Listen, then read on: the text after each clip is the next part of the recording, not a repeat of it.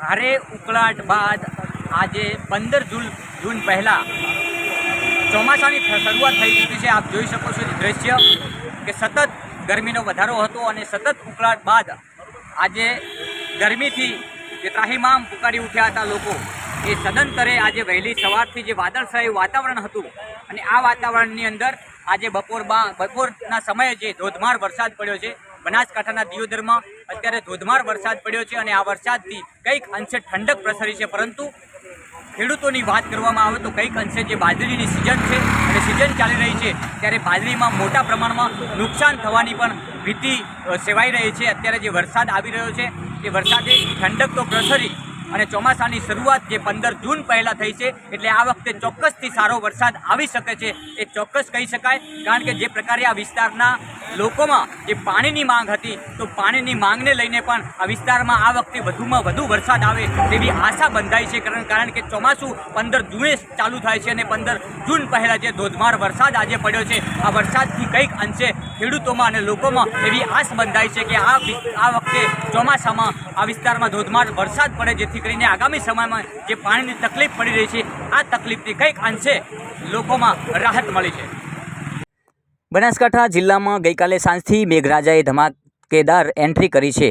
આજે સતત બીજા દિવસે દિયોદર પંથકમાં ધોધમાર વરસાદ ખાબકતા સર્વત્ર પાણી જ પાણી થઈ ગયું હતું અને વાતાવરણમાં ચારે તરફ ઠંડક પ્રસરી જવા પામી હતી।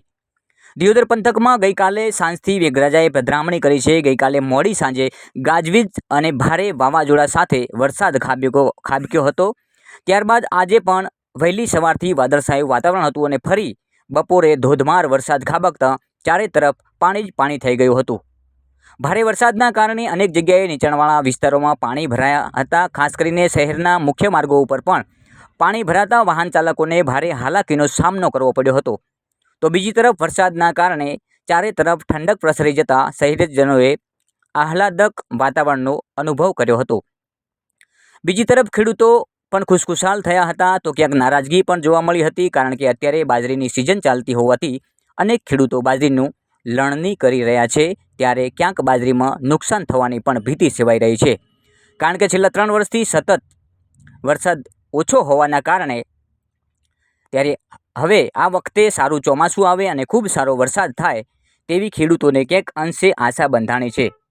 તો દિયોદરના નવા ગામે વીજળી પડતા 2 ભેંસોનું મોત થયું છે।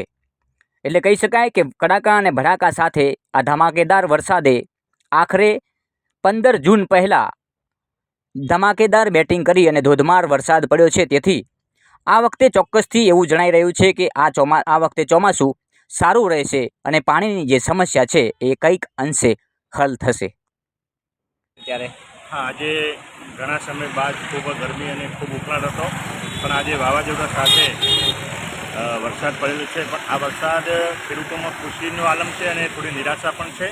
કારણ કે વરસાદ પડવાથી અત્યારે જે બાજરીઓ વાઢેલી પડી છે એ પલળી જવાનો પણ ભય છે, પણ સાથે સાથે એક આશ બંધાણી છે કે 15 જૂન પહેલાં ચોમાસાની જે એન્ટ્રી થઈ છે એ ખેડૂતો માટે ખુશીના સમાચાર છે। એટલે નુકસાનની સાથે સાથે ખુશીનો અવસર પણ છે કે ઘણા સમય બાદ ઉકાળ બાદ એક લોકોમાં આજે ઠંડક પ્રસરી છે વાતાવરણમાં, તો એ પણ ખુશીની વાત છે અને આશ બંધાણી છે કે ખૂબ વરસાદ આવશે। લોકો જે રાહ જોઈને પાણીની તકલીફ હતી એ જરૂર નિવારણ થશે।